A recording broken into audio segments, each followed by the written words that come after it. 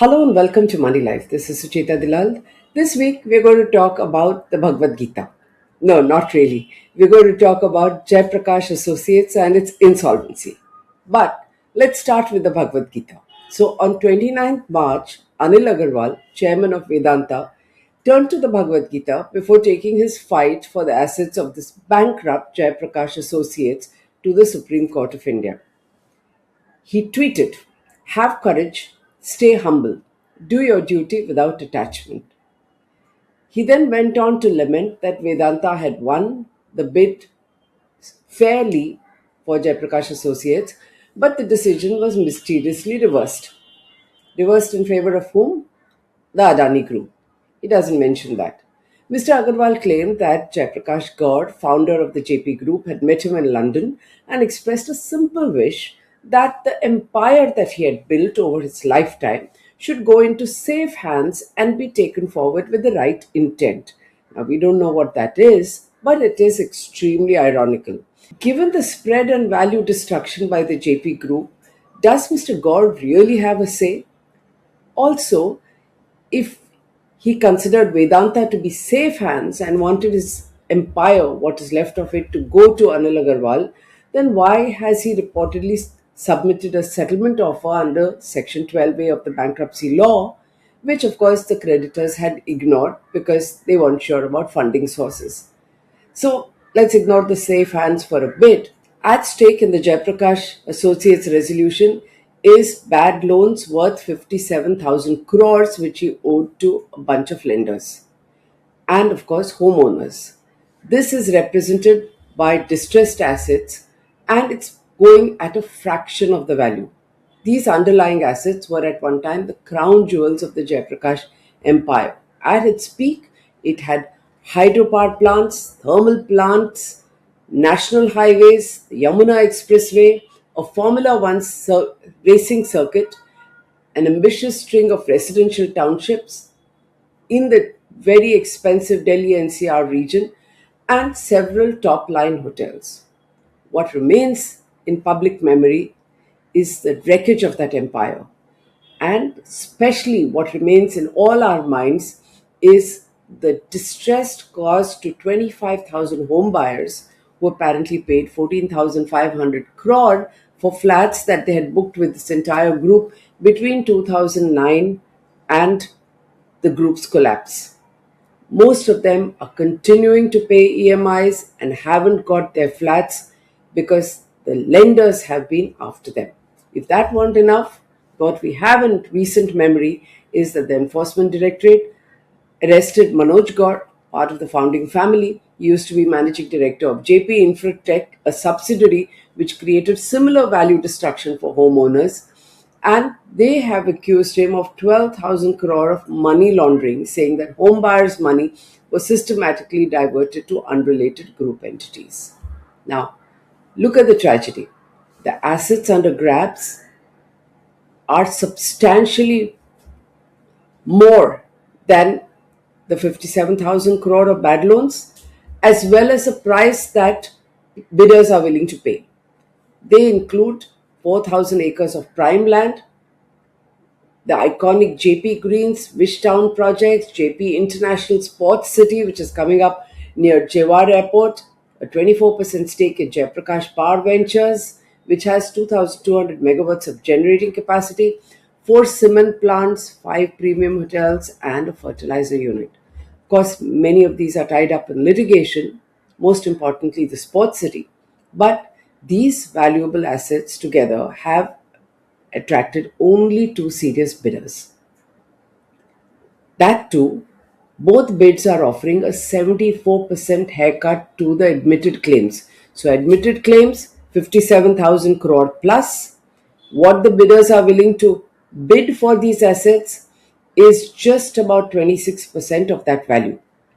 This is a serious indictment not only of the Jaypee Group but the banking system that allowed this situation to happen. Remember, these bad loans is ultimately public money because public sector banks and the government has been topping up this money all the time. What we see happening is a flawed process. Jaiprakash Associates, like everybody else who grows very fast these days, was a politically connected group. When it was admitted to bankruptcy proceedings, it happened only in 2024. It had already gone through years of asset sales, partial restructuring, and evergreening. It's only when there's really nothing left that things come to resolution. By this time, remember the Jaypee Infrastech tech subsidiary that I talked about? It has also been through several failed attempts at resolution for 10 years before that. Finally, there was one applicant who emerged successful, again, a fraction of the value. This was Suraksha Realty. It was supposed to give possession because the courts are paying a lot of attention to what happens to homeowners, but the possession for home units has been pushed to 2028 even after a long drawn insolvency process. So this is the subsidiary. We are now talking about Jaiprakash Associates. The Insolvency and Bankruptcy Code, which we call the bankruptcy law, was designed to be time bound, value maximizing. Nothing of that sort has happened despite an amendment. The Jaypee saga has left lenders and homebuyers in limbo for over a decade, and equity investors, of course, have been wiped out. They've got nothing. In Jaiprakash Associates' case, like I said, admitted claims 57,185 crore to be precise. Banks waited and waited while all this was happening and finally sold the loans at a steep discount to the National Asset Reconstruction Company. This is now a government company. It has emerged as the biggest creditor in this committee of creditors with an 85% vote in the so-called consortium. Homeowners are also part of the consortium. State Bank of India was a big lender which has sold its loans at a steep discount to this asset reconstruction company. So in the beginning, people seemed to be interested. There were 28 expressions of interest for this group, and I should think that should happen. Look at the assets. Finally, 28 is whittled down to three kind of serious ones: Adani Enterprises, the Vedanta Group, and Dalmia Cement. This itself speaks volumes either of potential bidders being put off by the tangled web of pending litigation, especially the one in the Supreme Court over Sports City land, and the flawed bankruptcy process. Finally, in September 2025, Vedanta says it emerged the highest bidder because it bid 17,000 crore. But at net present value, it was 12,505 crore. This was in the challenge auction. The Adani Group bid significantly less, ostensibly at 14,535 crore. But again, the net present value was 12,005 crore. So that difference in terms of net present value is relatively small, but still a few hundred crore. In November 2025, the Committee of Creditors, after talking to all the bidders, voted in favor of Adani with a 93.81% vote. While 93% looks very huge, remember 185% is only the asset reconstruction company. And this was confirmed by the National Company Law Tribunal on 17th March 2026. Vedanta, of course, didn't like it, and that's why it's gone public. Now, let's look at the pros and cons. On the face of it, the creditor's choice of Adani over Vedanta, despite the lower headline number, seems politically directed, and that's how social media and everybody else has been portraying it. It's a popular narrative. The Adani Group's political clout, its ability to bag a series of attractive high-value infrastructure projects has been long documented over the last 11 years. And yet, in this case, I would say there is also a commercial justification. The difference is that Adani offered to pay approximately 6,000 crore upfront with full payment in 2 years and delivery of possession of home buyers in line with court mandated timelines. These poor chaps are an important factor and need to be given a lot of consideration. And if that's happened, then it sort of seems to make sense. Now, lenders who had sold their debt to NARCL at a steep discount, they have also waited for a decade and would want faster timelines rather than Vedanta's offer with a smaller upfront payment and a 5-year schedule. Now, Adani submitted an unconditional plan, which was apparently a big factor in deciding what to do. Why unconditional? Because everyone had conditions about the Sports City litigation, which is at the last stage in the Supreme Court. But Adani was willing to absorb all of that. So it scored higher on the overall resolution matrix due to factors such as payment certainty, if a large enough group has the money, feasibility, shareholder or other stakeholders treatment, the shareholders get nothing, and the big gap between headline value gets sort of vitiated when you look at the fact that more money is being brought upfront within 2 years as against 5 years. Creditors rejected Vedanta's attempt to submit a revised addendum in November 2025. Now, there is a theory that Vedanta wanted to revise its bid after it realized that Adani was paying a lot more upfront. One could argue that the creditors should have been open to a higher bid, but that would have delayed the resolution process even further, especially if both sides had tinkered with their bids, gone in for litigation, then you would have dragged it another few years. We have seen this happen with the SR Steel resolution and so many others. The cases never end. And here you have home buyers waiting to get their homes. Whether the asset reconstruction company, which is government entity, supported Adani purely on commercial logic or was it politically directed, we will never know. In a country like India, NARCL is a government created entity. It has 85% voting power in the creditors committee, and it's certainly susceptible to influence. We have seen other bodies susceptible to influence, so this could well be true. But is Vedanta much better? Well, its appeal before the Supreme Court will decide what happens. But the facts are that the NCLT ratified what the creditors had said.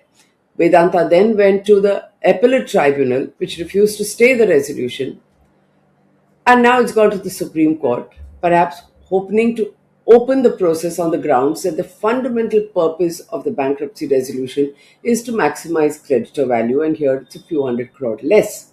The question is, will it genuinely offer to match or exceed Adani's bid? Or is it just buying time? If it does, is there greater certainty that it will actually bring the money as scheduled? Will it bring it within 2 years or 3 years? And while Mr. Agarwal claims that creditors had accepted Vedanta's bid in writing, there is not much evidence of that in the public domain. So, personally, it's a Hobson's choice. Keeping aside the procedural dispute, both bidders have attracted plenty of controversy in the last few years. Both were targeted by short sellers. How ironical is that? So, Adani by the Hindenburg Research Group and Vedanta by Viceroy Research. Vedanta's parent, Vedanta Resources, has been struggling financially. In fact, it struggled in 2024 for a short while, even to repay 3 billion in debt. In 2025, Viceroy Research, and we've carried all these articles in Moneylife, it published a series of reports calling the group's structure financially unstable. It called it a parasite host model, where the Indian subsidiary, which is doing well financially, drains itself to feed the UK based parent. Of course, our regulators haven't done anything much despite Viceroy Research submitting documents to SEBI. But what the Securities and Exchange Board of India has indeed done is place in abeyance an initial public offer of Sterlite Electric, which is a Vedanta Group company. This suggests an ongoing inquiry.